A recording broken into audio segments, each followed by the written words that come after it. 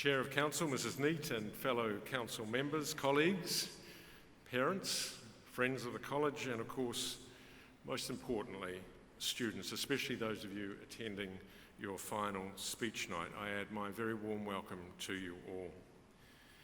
Those of you who have been to a speech night that I've been at will perhaps already know it's my habit to use this opportunity to speak one last time directly to Year 12. So parents, feel free to drift off for a few minutes. Maybe you can sit up there and contemplate the number 27. 27 is the average age for an Australian to leave home these days. That's if they stay away, of course. This is the boomerang generation, apparently. So you just ponder on that. 9 more years before they work out what supermarkets and laundromats and ATMs are for. Good luck with that. So Year 12. Not sure I want to speak to you anyway, having been roasted by Owen and then deposed by Luke at your last assembly. And now these two have spoken more eloquently about exactly what I was going to say already this evening. But however, in the great big book of How to Be a Good School Principal, it says that on evenings like this, I'm supposed to impart some wise advice that you will carry with you and treasure close to your hearts for the rest of your lives. So I better do my job. Not that I'm probably the best person to take life advice from, given that I'm nearly 60 and I haven't left school yet. But my favourite story about advice, I'm going to tell a story, Owen, is that all right with you? Yes. My favourite story about giving advice is that of the powerful ruler from ancient times, a wise and kindly king who was constantly beset by his subjects asking for his advice and guidance. And so one day he summoned all of his courtiers around him and he commanded that they go forth and search his lands and come up with a single piece of advice that he could use in any situation. What I desire, he told them, is something that's both a blessing and a curse. Advice I can offer my subjects that will simultaneously encourage those who are too gloomy, but will also curb the enthusiasm of those who are too excitable. Something that's going to make bold people humble and timid people confident. So his courtiers all rode off on their horses or whatever else, and they left, and for months they scoured the 4 corners of the land, but only to return empty-handed, having to tell the poor king that no such phrase existed, at which the poor king despaired. But just as they all trooped out of the hall, in wandered an old cleaning woman. Don't know why she was there, polished the throne or something, I don't know. And she saw the king sitting there with his head in his hands looking miserable, and she said, "Don't worry, sire, this too shall pass." At which he threw up his hands in joy and he said, "That's it. This too shall pass. If there are dark days, there will be a brighter tomorrow. Conversely, if you're starting to be a bit smug or arrogant, remember that your fortunes could just as easily change. Persevere in the bad times because they will pass. Make the most of the good times as they will not last." It's a great piece of advice, and you're rather hoping that's all I'm going to say, but it's not, because that's not the advice I'm leaving with you tonight. I'm sorry, that would be far too easy. Because you don't inhabit some far-off kingdom from the distant past. You live in the information age, the most remarkable era the world has ever known, a time where each of you has more access to the world's wisdom through that little screen that you've got tucked away in your pocket, invisible and silent, thank you very much. You have access to more wisdom than anybody previously in human history. You've got more real-time information than Winston Churchill ever had at his command. You've got a greater power to influence others than Socrates did when he was alive. Your connections allow you to reach more people than William Shakespeare ever could in his day. And you don't have to be a student of history to know the power that device gives you is awesome. But you also know it too can be a blessing and a curse. Exposure to that much information can make you feel super connected, but it can also make you feel super invisible. It can build you up as a person, but it can just as easily erode your sense of self. Who are you, Year 12, when the virtual world seems bigger than the real one? Which brings me to my advice. You as a cohort have flourished, as has already been said this evening, in your time at St Leonard's. I've said it publicly on a number of occasions. You are one of the most unified and inclusive cohorts I have ever had the pleasure to work with in almost 40 years in this job. My only worry is that your greatest strength may also turn out to be your greatest weakness. You are a group of 195 very distinct characters. Yet your strong individual identities are partly a function of your collective identity, which is what Spencer touched on earlier. That is to say, each of you has been made unique and strong in your personality by those around you. It's your willing acceptance of one another over the years that has allowed you to become you. So what happens when this group is no longer together next year? Who are you without them? Picture yourself a few months from now taking a seat on a stage, in a hall amongst hundreds of strange faces at your first university lecture, or fronting up nervously at a new workplace, or stepping off a plane as you travel abroad. How will it feel to think, nobody knows who I am? How will you find confidence? So here's my advice. Never forget that you are known.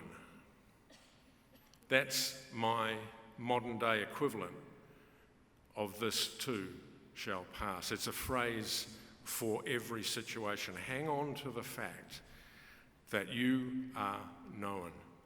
Of course you feel known here tonight, surrounded by all these people who've journeyed with you. But even when they head in separate ways, it will still be true. You will still be known. Still known by your parents and the family who helped forge that identity, forever known by them.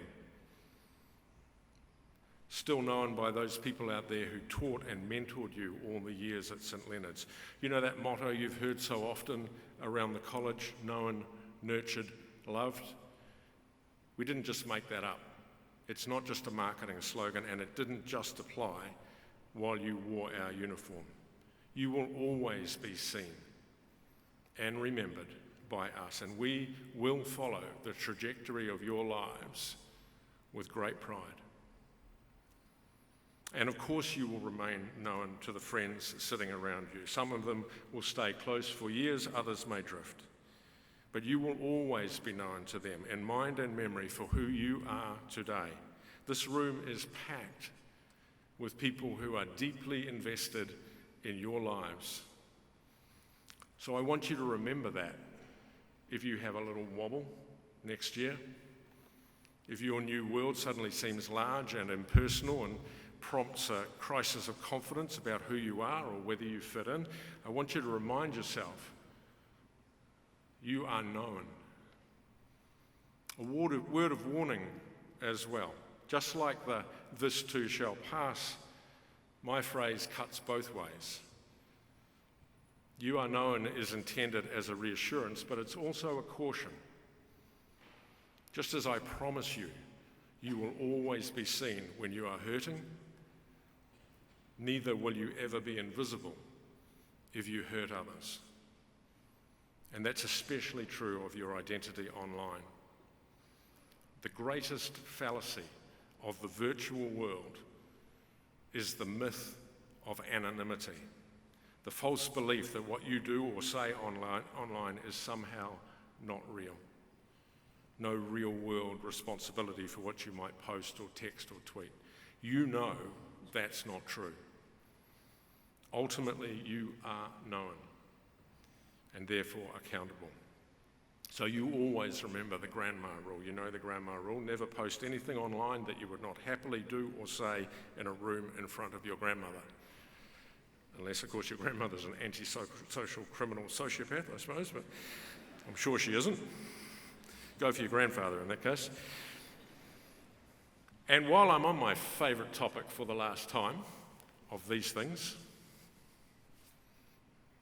one final heads up for the year, for next year. One final heads up, literally. Lift your heads up. If you walk through the world, eyes down, bowed over this thing, you will miss out on so much more than that screen could ever offer you. We all crave engagement with other people. That's what makes us human. You're sitting here with your people tonight. Next year, you may need to search a little harder and a little wider to find your tribe again. And what a sad irony it would be if you were so focused upon curating your online persona or texting a person you already knew that you were oblivious as 100 potential future friends walked right past you. So as you head off to new places next year, be it university or work or travel, the unfamiliar may seem a little scary, overwhelming perhaps at times. More than ever, you might be tempted to retreat into the comfort of your virtual world, to social media and endless reels that feel harmless and safe. And yet I tell you this, Year 12, the biggest threat that you will face online next year won't be cyberbullying or sexting or pornography or gambling addiction. It won't be scams or deepfakes or stolen identity. It will be the theft of time. The average young Australian spends 4 hours and 37 minutes on their phone every day.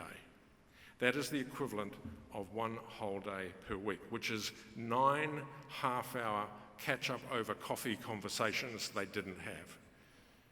It's 30 concerts or sports matches or parties they didn't attend each month. It's 70 days, 2 months of adventures in the real world they didn't go on every year.